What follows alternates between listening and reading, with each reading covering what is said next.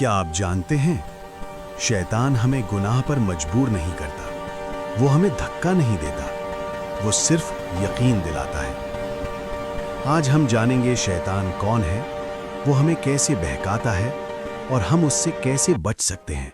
शैतान का तरीका बहुत खामोश होता है। वो सामने आकर नहीं कहता गुनाह करो, वो धीरे से कान में कहता है सिर्फ इस बार अल्लाह गफूर रहीम है, अभी तो बहुत जिंदगी पड़ी है। और इंसान समझता है कि ये उसका अपना ख्याल है। शैतान कोई कहानी नहीं, ये एक हकीकत है।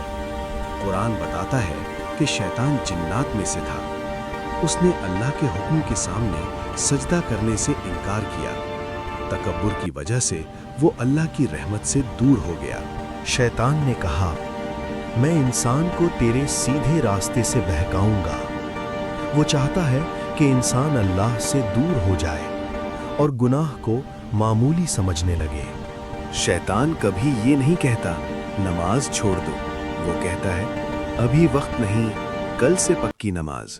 सभी तो ऐसे ही हैं। वो गुनाह को छोटा और नेकी को बहुत मुश्किल बना देता है। कभी वो दिल से वार करता है, दिल में वसवसा डालता है, बुरा काम अच्छा लगने लगता है और अच्छा काम बोझ लगता है।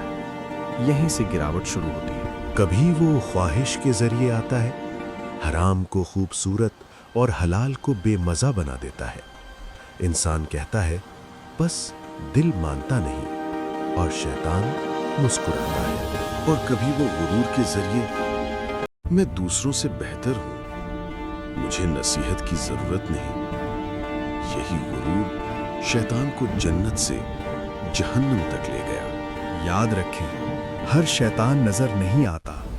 कुरान कहता है इंसानों और जिन्नात दोनों में शैतान होते हैं, कभी दोस्त बनकर, कभी स्क्रीन के पीछे से, कभी अपने ही नफ्स के जरिए। लेकिन खुशखबरी ये है, शैतान कमजोर है। जब बंदा अल्लाह को याद करता है, नमाज कायम करता है, कुरान से जुड़ता है और इस्तग़फ़ार करता है, तो शैतान पीछे हट जाता है।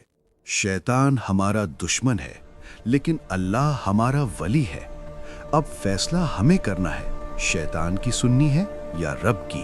अगर ये पैगाम आपके दिल को लगा हो तो इसे आगे ज़रूर शेयर करें, लाइक करें और इस्लामिक रिमाइंडर्स के लिए चैनल को सब्सक्राइब ज़रूर करें।